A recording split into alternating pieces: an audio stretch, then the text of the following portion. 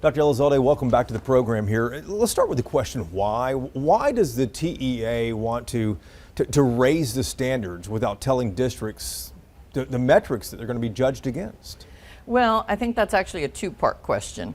Why would the agency want to increase standards? Well, I think it's true, all of us not only support, we embrace higher standards, Jason. Right. I think it's the second part of your question that really leaves all of us with more questions, which is why the timing, why so drastic changes, and why is it an implementation that's retroactive? We're talking about students who graduated, we're talking about students from the class of 2022. So you heard me right. Those are students that are in their second year of college that this applies to when we talk about some of our CCMR data. And districts are concerned they're going to drop an entire grade or two from maybe an A+ district to a B or maybe even a C district if these new standards are implemented with previous year's data. Explain why that is such a big deal. Well, so let's take Dallas ISD, which is, who I serve. Right. And in that capacity, right now, Dallas is a B when we look at the previous year's ratings. We would drop an entire letter grade to a C. What message would that send? If your child comes home and usually gets a B and now gets a C, what do you think? You think they're doing better or you think they're doing worse? Well, obviously, you think they need more support. Yet, our STAR data are showing increases almost across the board. Aren't the letter grades supposed to correlate, not contradict, our actual student academic achievement? Dallas ISD is one of, 80+ school districts that have joined this lawsuit asking a court to get involved. What do you want a court to actually do, though? We just want a court to give us what we've expected and experienced in the past, which is a year to adjust. We have had multiple times throughout my 35+ years in education with accountability where we had major changes in either a test and or the rating system. And the agency itself allowed a year of transition where you maintained the previous year's rating or you were given no rating at all, and let us work through this school year so that those ratings would actually reflect our knowledge of what the new rules are, as well as our increased student academic performance. Sounds simple enough. The TEA commissioner is a former Dallas ISD school board member, Mike Morath.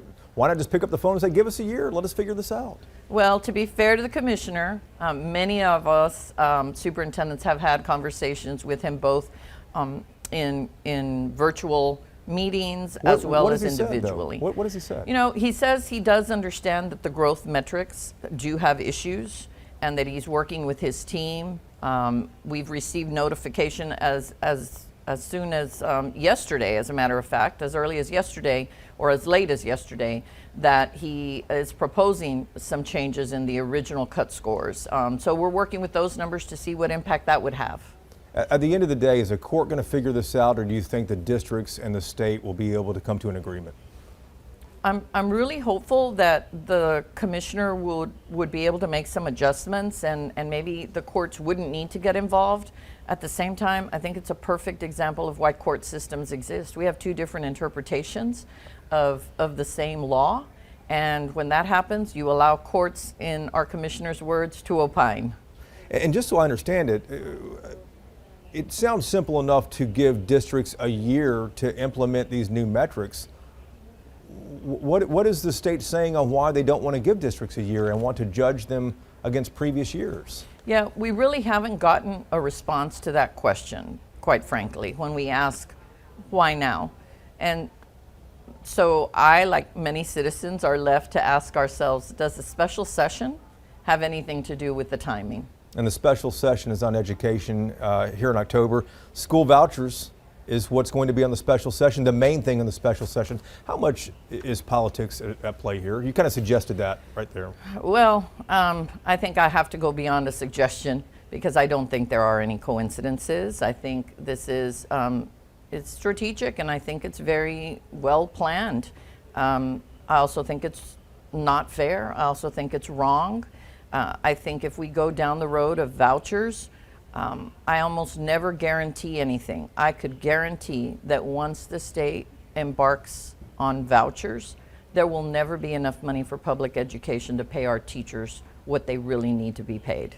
And the idea that I've read is that the governor and people who support vouchers want to change these ratings to have lower ratings for public school systems to discredit public schools. Is that what you're talking about, thinking there's no coincidences? I absolutely think that there is some concerted effort to ensure that public schools do not look favorable. Now, don't get me wrong, Jason.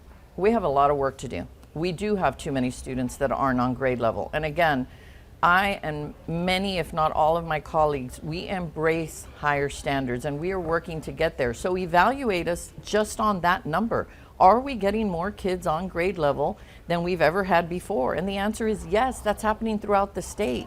How again are our student outcomes increasing and yet our letter grades would be decreasing, and it would be happening when there's a special session to have public dollars go to private schools? Let me back up and ask you, why did Dallas ISD join this lawsuit?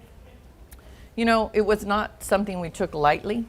I also had to reflect on, are we upstanders or are we bystanders? What does that mean? Are we going to stand by the sidelines and let other people fight a battle for public school funds, or are we part of that process? And I think we owe it to our community to be part of the process that says public dollars should go to public schools and hold us accountable.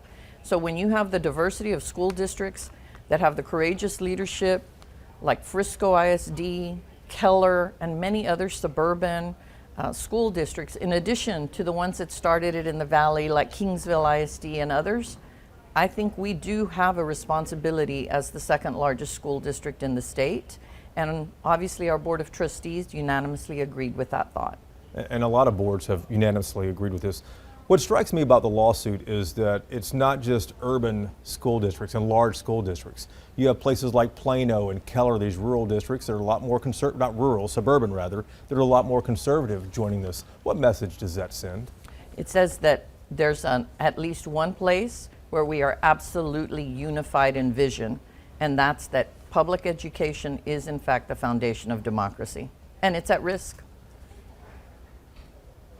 At the end of the day, what do you think it's going to get? At the end of the day, what's it going to take to get the state to change?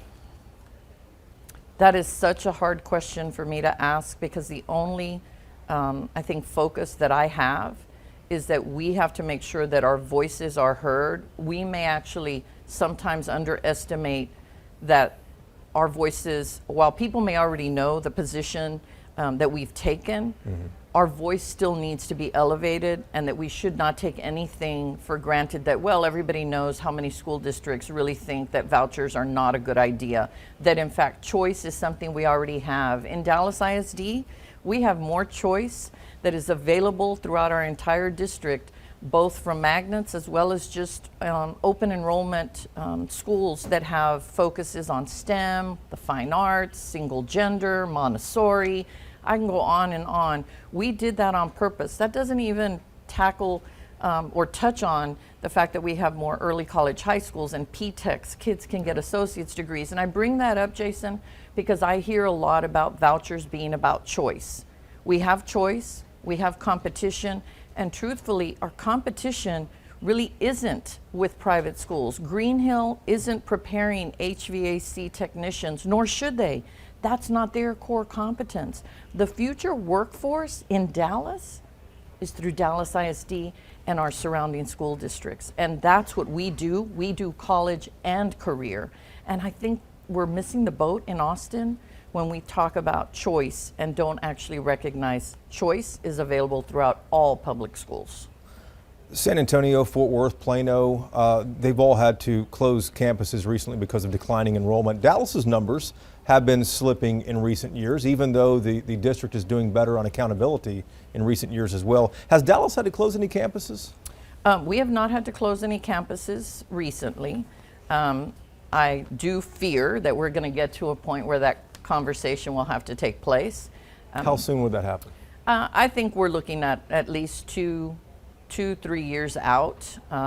We're still going to work on what do we need to do to keep and retain and recruit more students to Dallas ISD? I think there's still some opportunities we have not taken advantage of. And first and foremost, we have to do a much better job of marketing just how well our schools are doing. And what we have found is when we have those conversations with parents in neighborhoods, many of them do in fact give us an opportunity. We know there's a lot of competition. We're not ready to start closing schools. At some point, we'll have that conversation, and of course, that is ultimately a board decision. What are the opportunities the district could go to still recruit? Well, I think really promoting our student outcomes. I think there are way too many. We are doing very well academically in comparison to many charters that are in our communities. And I don't think we're taking advantage of actually communicating that. And maybe even marketing to some of those families in the way that charter schools do. We have a lot to learn in terms of marketing. I absolutely agree that too often we kind of thought, well, we're public schools and well, we're the only choice, if you will. No, there is a lot of choice, and I am glad that there's a lot of choice. I want to make sure every parent feels good about where their children are going to school. I just don't think we've done a good enough job of showing them what all the opportunities are in Dallas ISD.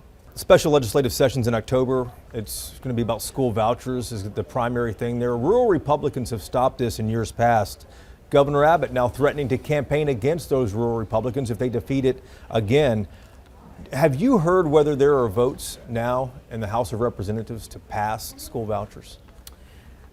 We are still optimistic, cautiously, but optimistic that our rural friends are going to stay tough with their rural superintendents and those communities.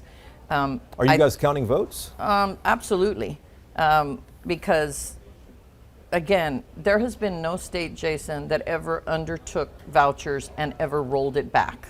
They have only increased and have not seen increases in student academic achievement. So we have to stay firm, we have to stay united, but when you hear the governor threatening people, then shouldn't we all ask ourselves, well, if it's such a great idea, why are threats even necessary? What does that say about what our communities are actually supporting? I thought all of this was about the I in ISDs, independent school districts, because those are supposed to be reflective of community values. And it's clear that there's a great deal of support for public schools. So let's keep funding public schools. If vouchers were to pass, is that something Dallas ISD would sue over, go to court over? Well, I certainly wouldn't want to get ahead of my board. That would be a board decision. Yeah. And we're going to start with what is, not the what ifs. I think it will be a very sad day in Texas and specifically for public education if vouchers are passed. Dr. Elizalde, we appreciate the time. Thank you, Jason.